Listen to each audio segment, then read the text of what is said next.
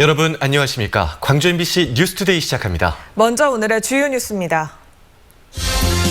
자가격리에서 해제된 광주 지역 신천지교인 2명이 잇따라 코로나 확진 판정을 받았습니다. 언제 어디서 감염됐는지 의문이 커지고 있습니다. 마스크 판매 오부제 시행 첫날 광주 지역 약국에서는 대체로 큰 혼란 없이 판매가 이루어졌습니다.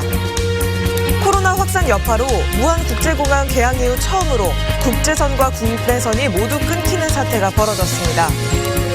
민주당 광주 광산을 예비 후보들이 경선을 다시 치르게 됐습니다. 여수갑은 당초 2인 경선에서 3인 경선으로 결정이 번복됐습니다. 광주에서 이틀 연속 신천지 교인들이 코로나19 확진 판정을 받았습니다. 이들은 대구 신천지 교회를 다녀온 확진자와 학습관에서 함께 성경 공부를 했던 밀접 접촉자들이었습니다. 송정근 기자입니다. 광주시 서구에 사는 25살 A씨가 광주에서 15번째로 코로나19 확진 판정을 받았습니다. 지난달 대구 신천지 교회를 다녀온 광주 지역 첫 신천지 관련 확진자와 지난달 18일 주월동 학습관에서 함께 성경 공부를 한 여성교인입니다. 14번째 확진자와 마찬가지로 A씨 역시 확진자 접촉 이후 자가격리됐다 지난 3일 격리 해제됐습니다. A씨는 증상이 나타나지는 않았지만 보건당국이 신천지와 관련된 격리 해제자를 추적 검사하는 과정에서 양성 반응이 나왔습니다. 신천지 관련자에 대해서는 격리가 해제되었더라도 보건소 선별진료소에서 추가 검사를 실시하고 있으며 이 과정에서 15번 확진자를 A씨는 지난 7일과 8일 남구 월산동과 서구 금호동의 음식점과 카페, 마트 등을 돌아다닌 것으로 확인됐습니다. 광주시는 A씨의 집을 방역하고 역학조사를 실시해 이동동선과 접촉자를 파악하고 있습니다. 그제 확진 판정을 받은 14번째 확진자는 지난 6일 진월동과 주월동 소재의 음식점을 다녀온 것으로 추가 확인됐습니다. 14번째, 15번째 확진자처럼 광주 신천지교인 확진자 7명과 밀접 접촉했다 격리 해제된 사람은 53명이고 이 가운데 27명은 음성 판정을 받았습니다. 나머지 24명은 검사가 진행 중입니다. 24명은 조속히 검사를 완료할 계획입니다. 광주 14번, 15번 확진자의 밀접 접촉자 수는 추가 파악 중에 있습니다. 한편 양림 계당교회 확진자 가족들의 감염 경로는 유럽인 것으로 결론 지어졌습니다. 광주시는 지난 1월부터 한 달 동안 유럽 여행을 다녀온 20대 아들이 이탈리아 등을 방문하면서 감염된 뒤 어머니와 할머니에게 전파시킨 것으로 보고 있습니다. 하지만 아파트 관리사무소 직원인 13번째 확진자의 감염 경로는 일주일째 오리무중이어서 지역사회 감염 우려는 계속되고 있습니다. MBC 뉴스 송정근입니다. 14번째 그리고 15번째 확진자들은 격리가 해제된 뒤 며칠이 지나서야 확진 판정을 받았다는 공통점이 있습니다. 때문에 이들의 감염 경로에 대해서 의문이 증폭되고 있는데요. 이재원 기자가 전해드립니다. 14번째 확진자는 지난달 17일에, 15번째 확진자는 지난달 18일에 대구를 다녀온 신천지 전도사와 접촉했습니다. 이후 2주 동안 자가 격리된 뒤 지난 2일과 3일 각각 격리에서 해제됐습니다. 그리고 격리가 해제된 지 엿새 만에 모두 확진 판정을 받았습니다. 자가격리가 해제됐더라도 저희가 자가격리 전후로 해서 이렇게 그분의 상태가 어떤지 이런 것들을 계속 추적 관리를 한 상태에서 저희가 그걸 발견했다는 말씀을 먼저 드리겠습니다. 이렇게 자가격리가 해제된 교인에게서 확진 판정이 나오면서 감염 경로에 대한 의문이 제기되고 있습니다. 이들이 격리 기간 중에 주거지를 이탈해 다른 확진자와 접촉했거나 신천지 교회의 특성상 다른 확진자 교인이 집을 방문했을 가능성이 제기되고 있습니다. 보건당국은 이 부분을 확인하기 위해 CCTV 등을 조사하고 있습니다. 또 다른 가능성으로는 현장에서 적용되는 잠복기 2주가 실제로는 더 길 수도 있는 것 아니냐는 겁니다. 실제로 14번째 확진자는 격리 기간인 지난달 22일에 실시한 검사에선 음성으로 나왔고 15번째 확진자는 지금까지 증상이 발현되지 않았기 때문입니다. 보건당국은 이에 대해 확진자들이 젊다 보니 자신의 증상을 미처 알아채지 못했을 가능성에 무게를 두고 있습니다. 격리 기간에 경증이라도 발병을 했는데 그거를 본인은 증상이라고 보고하지 않으면 무증상으로 그냥 자가격리가 해제되는 그런 상황을 가장 의심하고는 있습니다. 감염 경로에 대한 의문이 폭증하면서 광주시는 신천지 관리를 더 강화하기로 했습니다. 우선 병원에서 태어난 뒤 자가격리 중인 3번째와 6번째 확진자의 무단 이탈을 막기 위해 생활치료센터인 소방학교로 격리 조치하기로 결정했습니다. 또 확진자와 밀접 접촉한 교인들은 자가격리 기간과 이후에도 감시를 계속하기로 했습니다. 이번 달 11일까지로 예정됐던 신천지 시설 112곳에 대한 강제 폐쇄도 오는 25일까지 연장하기로 했습니다. 광주시는 자가격리 의무사항 위반이나 신천지 교인 간 집회 등을 할 경우 감염병 예방 법률에 따라 고발 조치할 예정입니다. 그리고 잠복 기간이 지난 자가격리자들도 바이러스 검사에서 음성 판정을 받아야만 격리를 해제하기로 했습니다. MBC 뉴스 이재원입니다. 오늘 출근길은 빗길 교통안전에 주의하셔야겠습니다. 어제부터 비가 내리고 있는데요. 지금 내리는 비는 오늘 점심 무렵까지 이어지겠습니다. 예상되는 강수량은 광주 전남의 5mm 안팎으로 많지는 않겠습니다. 이 비가 그친 뒤에는 추위와 바람 이 두 가지에 조심하셔야겠습니다.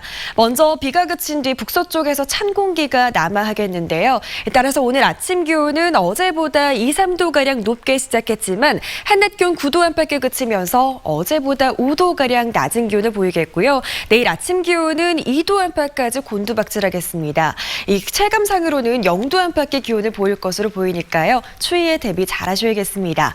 바람도 점차 강해져서 오늘 밤부터는 곳곳에 특보가 발효되겠습니다. 현재 예비특보 상황 살펴보시면 서해안과 남해안에는 풍랑 예비특보가, 전해상에는 강풍 예비특보가 내려져 있습니다. 날씨 정보였습니다.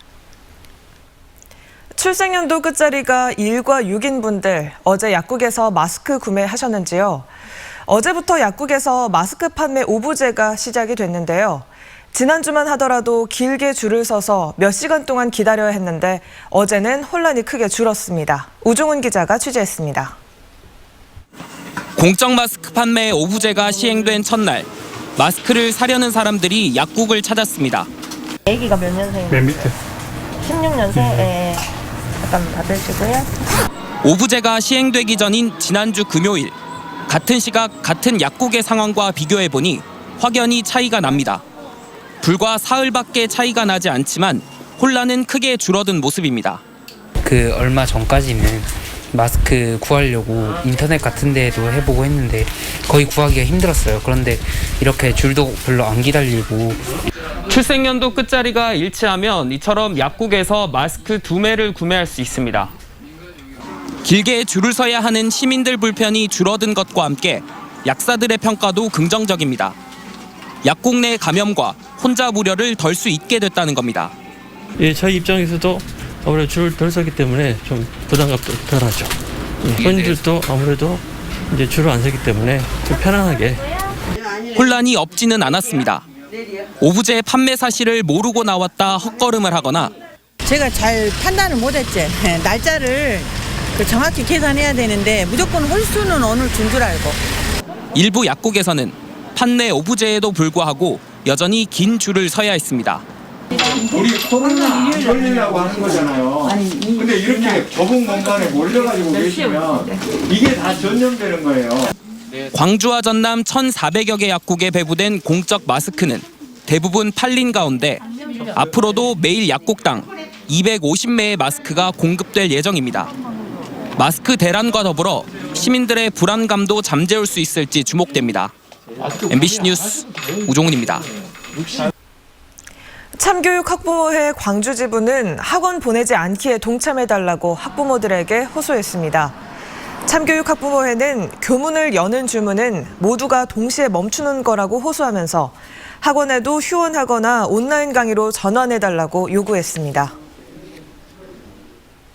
개학 연기에 따른 학습 공백을 최소화하기 위해 교육당국이 온라인 학습을 주문하고 있지만 사용량이 폭증하면서 접속 장애가 발생하고 있습니다.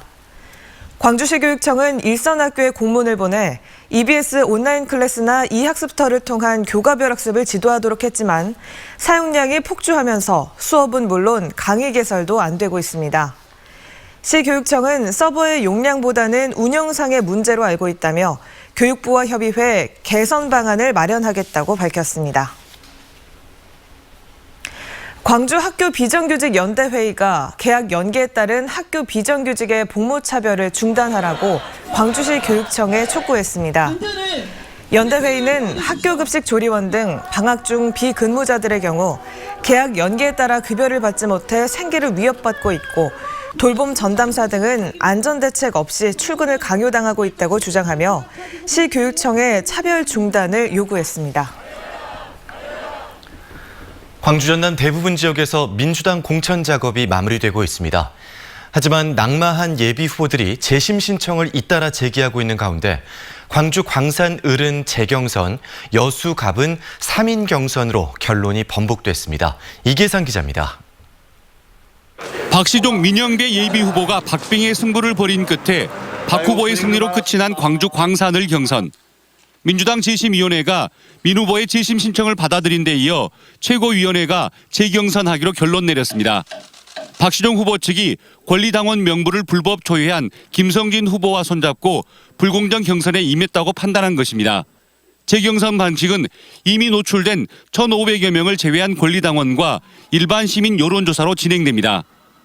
최고위원회에서 재경선 결정이 났기 때문에 신속하게 안심번호 추출을 통해서 최단기간 내에 재경선할 수 있도록 그렇게 조치를 하겠습니다.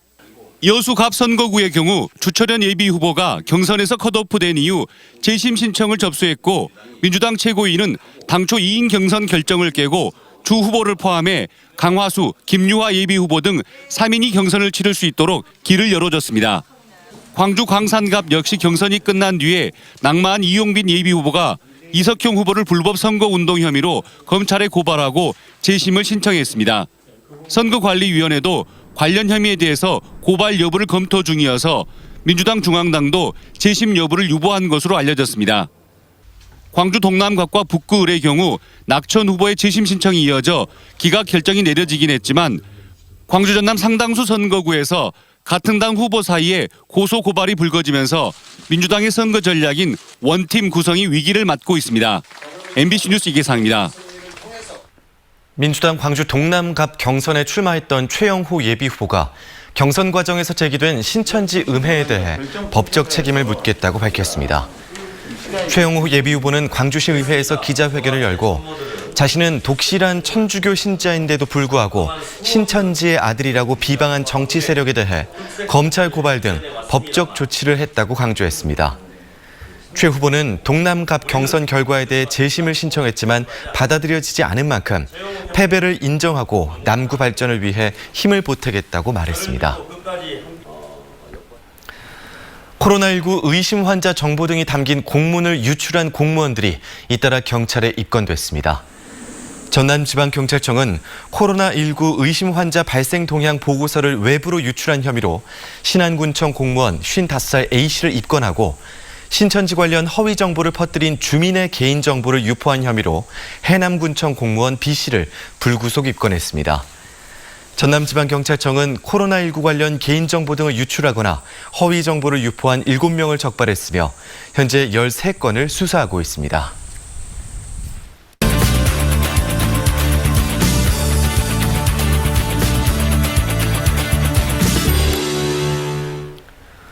코로나19의 지역사회 전파를 막기 위해 광주에서 민간 공동대책위가 출범했습니다. 광주시 의사회장이 공동위원장을 맡게 되는데요. 재난안전대책본부에도 민간 의료진이 공식적으로 합류하게 됐습니다. 광주시 의사회 양동호 회장과 함께 좀 더 자세한 이야기 나눠보겠습니다. 안녕하십니까? 네, 안녕하십니까? 네. 재난안전대책본부나 또 대책위원회에 민간 의료진들이 공식 합류하게 됐습니다. 네. 어떤 효과를 기대하고 계십니까? 네, 이번에 좀 늦은 감이 있습니다만 광주시와 함께 우리 학계, 의료계가 함께하는 민관 합동의 재난안전대책본부가 만들어진 것을 정말 다행스럽게 생각합니다. 앞으로 우리 의료 및 방역의 전문가들을 대책본부에 참여시켜서 전문성을 강화하고 또 전문가들의 의견이 적극 반영된 구체적인 전략을 만들어야 한다고 생각합니다. 그리고 대책 수립과 시행 과정에 있어서 의료 전문가들의 의견이 적극적으로 반영되게 하고 앞으로 우리 의료인들은 최일선에서 시와 잘 협력하여 코로나19가 조기에 정식될 수 있도록 최선을 다하겠습니다. 네, 현재 우리 지역에 있는 음압병상이나 격리병실이 충분하다고 보십니까? 네, 현재 국가지정음압격리병상은 전남대병원에 7병상, 그리고 조선대병원에 5병상, 12병상이 지금 확보되어 있고요. 네. 그리고 그 밖에도 기독병원이나 보훈병원 등에 약 19개 음압격리병상이 있지만 좀 대량 환자가 발생했을 때는 부족한 감이 있습니다. 그래서 조선대병원 등의 음압격리병상을 추가로 설치할 계획에 있고요. 그리고 경증 환자를 주로 전담할 감염병 전담병원이 현재 전남대 빛거울병원과 그리고 광주 시립 제2요양병원에 2군데가 약 110병상이 있는데요. 네. 이것도 대량 환자가 발생할 때는 좀 부족할 수 있으니까 좀 더 확충할 계획이 있습니다. 그리고 접촉자 격리시설이 지금 현재 서방학교 생활관 그리고 5.18 교육관에 지금 2군데에 설치가 되어 있는데요. 이것도 각 기업들의 연수원 등을 추가로 확보하여 좀 격리시설을 추가로 확보할 예정입니다. 네, 민관공동대책위원회가 처음으로 낸 대책이 이 신천지 관련 접촉자들의 검사를 강화한 것이었죠. 네. 왜 이런 대책을 내셨습니까? 네, 광주에서 지난번에 그 태국 여행 중에 확진 판정을 받은 모녀 이후에 요 근래 광주에서 확진자의 발생은 대개 대구 신천지 교회 예배에 다녀오시거나 또 그분들과 접촉하신 분들이 대부분입니다. 따라서 더 이상의 추가 확진자 발생을 막기 위해서는 감염원으로 의심이 되는 신천지 교회 관련 접촉자들의 검사를 철저히 하기로 하였습니다. 네, 코로나19 확산을 막기 위해서 이후에는 어떤 대책들 마련해 놓고 계십니까? 네, 여러 가지 대책을 마련했었는데요. 첫째로는 각 구마다 보건소 중심의 선별진료 체계로 전환해야 한다고 생각을 합니다. 선별진료시설을 확대를 해야 하고요. 이를 위해서 그 의사협회에서 추가로 의료진을 확보하고 광주시에서는 행정 지원을 하기로 했습니다. 네. 현재 그 광주광역시 의사회에서는 약 80여 명 이상의 자원봉사 인력을 확보하였고요. 향후 대량 환자 발생에 대비해서 100명 또 200명으로 자원봉사자를 늘릴 예정이 있습니다. 그리고 두 번째로는 지역별 안심병원을 확보해야 합니다. 지금 현재는 서강병원이 안심병원으로 지역되어 있는데요. 더욱더 많이 확보를 해야 하고 코로나 의심 환자가 그래서 일반 병원 출입을 제한하여 코로나 확진자가 발생했을 때 일반 병원이나 의원이 또 폐쇄됨으로써 의료 공백이 생기는 것을 최소화해야 한다고 생각을 합니다. 세 번째로는 경증 환자를 담당할 감염병 전담병원이 현재는 전남대 빛거울병원과 그리고 시립 제2요양병원 2군데가 있는데요. 그곳에 있는 시설이랄지 인력, 장비를 빠른 시간 안에 보완을 해야 한다고 생각을 하고요. 네 번째로는 상급병원을 중심으로 해서 음압격리병상을 더 만들고 또 위중 환자를 돌볼 수 있는 중환자실 설치를 지원을 해야 하고요. 다섯 번째로는 현재 지정된 2곳의 접촉자 격리시설, 즉 5.18 생활관, 서방학교 생활관과 5.18 교육관 이외에 추가로 더 만들어서 격리시설을 확보해야 한다고 생각을 합니다. 네, 앞으로 그런 일은 없어야겠지만 감염자가 지금보다 더 늘어나게 된다면 어떤 대책을 내놓을 예정이신지 간략하게 설명해 주시고 오늘 인터뷰 마무리하시죠. 네, 감염자가 인구의 0.1% 또는 1%나 5%, 10%에 따라서 서로 다른 대책 수립이 필요하다고 생각을 합니다. 확진자 수가 많아지면은 지금까지 봉쇄 정책에서 질병 확산의 완화 정책으로 나아가야 한다고 생각을 합니다. 얼마 전에 정 총리께서 말씀하신 것처럼 한정된 의료 자원을 최대한 효율적으로 활용하여 국민의 생명과 안전을 보호하는 방안에 대한 논의가 필요한 시점이라고 생각을 합니다. 즉 경증의 환자들은 자가격리 또는 집단시설에서 격리치료를 하고요. 고위험군 또는 고령이나 호흡기 지혈질환이 있는 환자는 적극적으로 중환자에서 치료함으로써 사망률을 줄여나가야 한다고 생각을 합니다. 네, 지금까지 광주시 의사회 양동호 회장이었습니다. 오늘 말씀 고맙습니다. 고맙습니다. 감사합니다.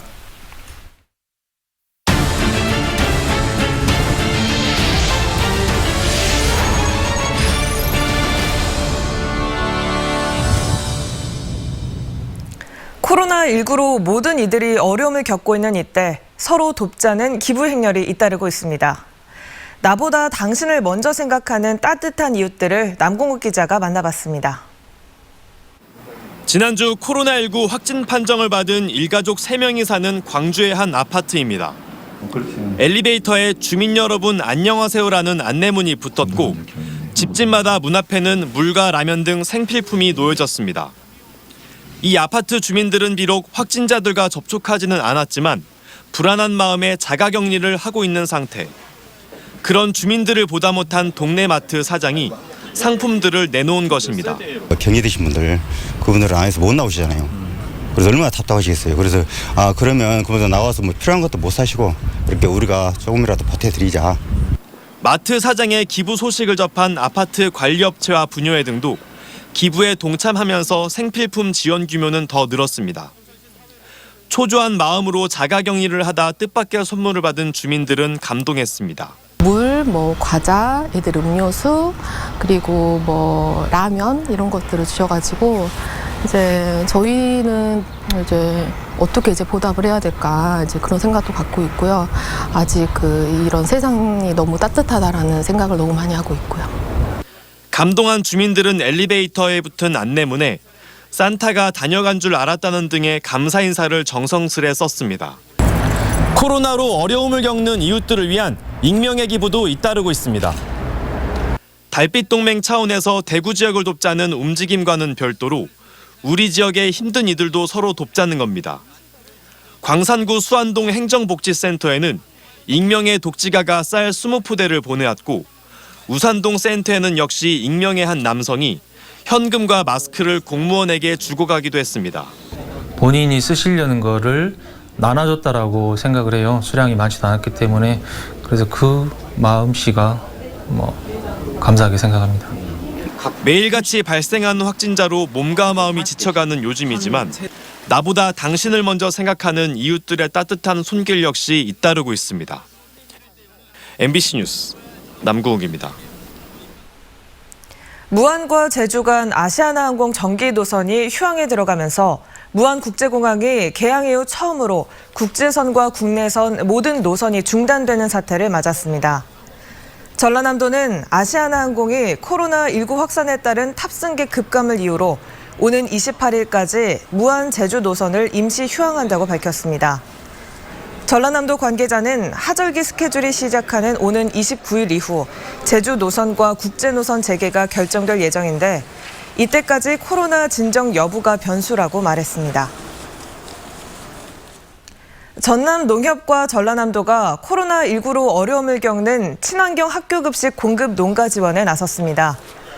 농협 전라남도 지역본부는 코로나19로 주요 소비처인 학교들의 개학이 연기돼 판매에 어려움을 겪는 대파와 시금치 등 친환경 엽채류 농가들이 지역 군부대 등과 계약을 맺어 안정적으로 납품할 수 있게 도울 계획입니다.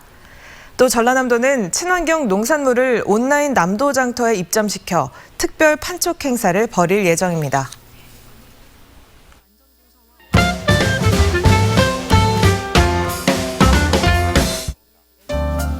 지난주 대구 사회복지 공동모금회에 의미 있는 성금이 전달됐습니다. 소록도 주민들이 모은 성금 200만 원인데요. 한센병으로 평생 차별과 소외를 겪은 이들이 조금씩 정성을 모아 어려움을 겪는 대구 시민들에게 보낸 겁니다. 국립소록도병원 원생자치회는 대구 시민들을 위해 한 끼 식사 비용을 아꼈다며 도움이 됐으면 한다고 말했습니다. 코로나19의 영향으로 구립 시립 도서관들이 휴관 중인데요. 무인 체계로 연중 24시간 운영되는 스마트 도서관을 이용해보는 것도 좋겠습니다. 상무역 4번 출구 앞과 푸른길 공원 인근, 송정공원역과 신창동 행정복지센터 앞에 설치돼 있는데요. 스마트 도서관 모바일 회원증을 받아 이용하면 되고 1인당 2권씩 15일 동안 빌려볼 수 있습니다. 코로나19 여파로 개봉을 미루는 영화들이 늘면서 극장가에서는 과거 명작들이 소환되고 있습니다. 어려운 상황을 넘기고 개봉 연기된 작품들의 빈자리를 채우기 위한 건데요. 해리포터와 아즈카반의 죄수, 말할 수 없는 비밀, 리틀 포레스트, 그랜드 부다페스트 호텔 등 영화관마다 엄선한 명작들을 5,000원에서 7,000원으로 관람할 수 있습니다. 광주 문화재 돌봄 사업단이 매주 금요일을 문화재 방역의 날로 정하고 방역 활동을 하고 있다고 밝혔습니다. 주말 동안 지역 문화재를 찾는 나들이객들이 좀 더 안심할 수 있도록 하기 위한 건데요. 사업단 측은 코로나19 확산세가 잠잠해질 때까지 지속적으로 방역 활동을 할 것이라고 밝혔습니다.